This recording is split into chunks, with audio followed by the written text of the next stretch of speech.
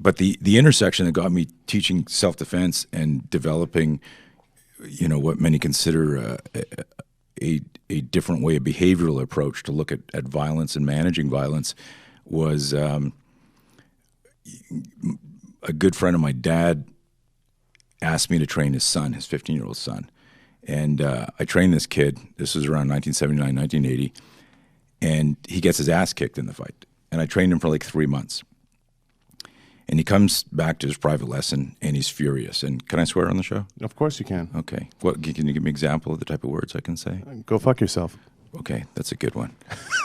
So the he's in a room, and he goes, and he's like, motherfucker. He's like, I go, hey Mitch, he's 15. I go, Mitch, calm down. What happened? And he says, I was running. I was late for class. I had my books in my hand, and this kid that has been bullying him just verbally trips him as he's going by, right? He trips him. Mitch goes flying in front of a bunch of kids. He's 15, right? So everyone's laughing and everything. He picks his books up.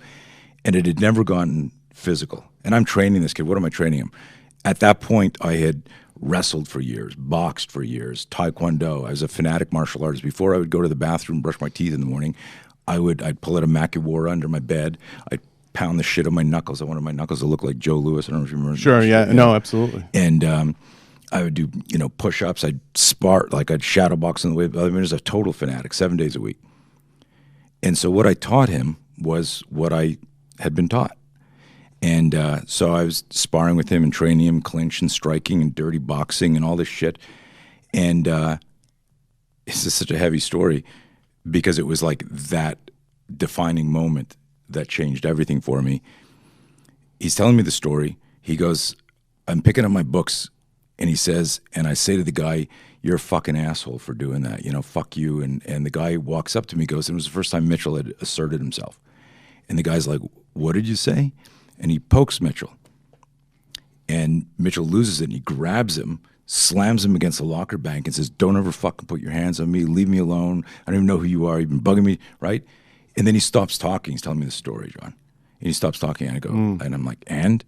He goes, he dropped me. I go, what do you mean he dropped you?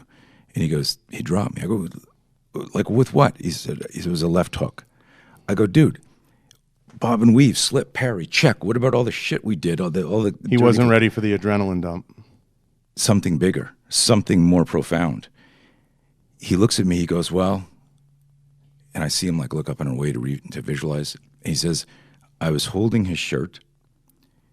I had my books in my hand. He's trying to put this back together. And as he said I had my books in my hand, I realized, holy shit. And it was like, I always tell people, it was like the god of self-defense hit me with a lightning bolt. And it was like, we teach self-defense wrong. And I was speaking collectively for the world. We don't teach true brain-based scenario training. We teach in blocks where hey, you get me in a headlock, grab my gun, choke me, mount me, throw a kick, I do a block. And we're training people in an action-reaction model, but as you know from training and experience, action's always faster than reaction. Right. Who's action in an ambush? It's the bad guy. And so this violates not just physics, but neuroscience, the way the brain understands how to make decisions. So in that moment, I looked at him, and I said, Mitch, I'm sorry, and I apologized. I knew right away what I'd done wrong. I had started, you know, the 10,000 hours metaphor, like the whole 10,000. Of course, right? Malcolm Gladwell. Right. So Gladwell made it famous as the guy who did the actual original research, this guy named Erickson, but Gladwell put it on the map for us. So if you do, like if I asked you, you know, how do you get out of a headlock? You know, grab Q and demo how you get out of a headlock. If you were the defender, and we can't do this here, but I've done this hundreds of times around the world. I'll ask two guys, hey, who knows how to defend against a headlock? Everyone puts up their hand. I go, you two. And someone will get up and go, you attack me. And the guy goes like this. He puts his head down near the guy's stomach so he can get the headlock on. If I said, show me your defense from a rear strangle, what would you do? You would turn your back to me and back in so that I could put the rear strangle on you. If you're doing 10,000 reps of how to get out of a headlock, you've done weapon retention. Where do those drills start? Where you say, grab my gun. If you do 10,000 reps of letting somebody grab your gun, you do 10,001 reps. Sorry, if you do 10,000 reps of a gun disarm, you do 10,001 reps of letting somebody grab your gun. The brain records all of that. And so, do you remember the? I'm off on a crazy tangent here, but we'll come back. Did you ever see the film? What the hell is it called? Caliber Press put it out. Ultimate Survivors. Okay, yeah. So this is interviews with cops that lost their gun. Most of them are in wheelchairs. They're missing parts of their face. They're messed up. All of them said he target glanced my gun and then he was on me. And when I heard that, I realized that was the first pre-contact cue. And if I ask police officers and military, where does your weapon retention start? All the drills start with somebody grabbing your gun.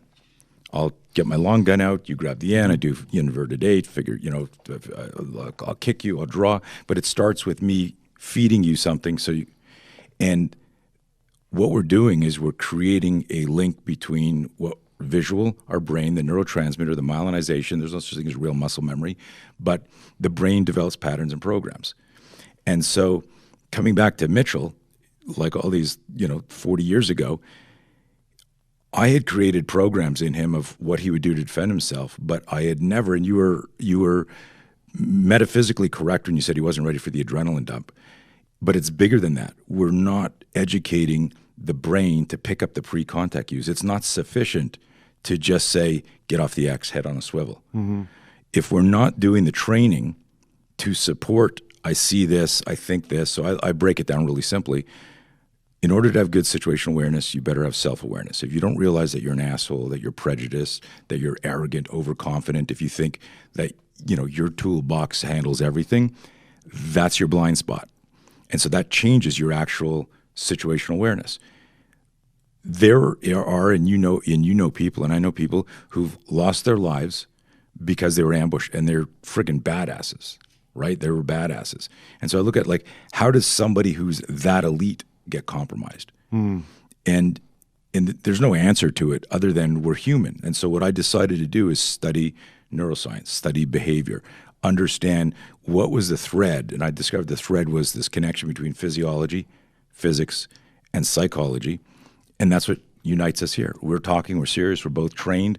If someone walked in right now and started shooting, neither one of us are hitting a Karate Kid stance. You're not pulling guard. I'm not doing the spear.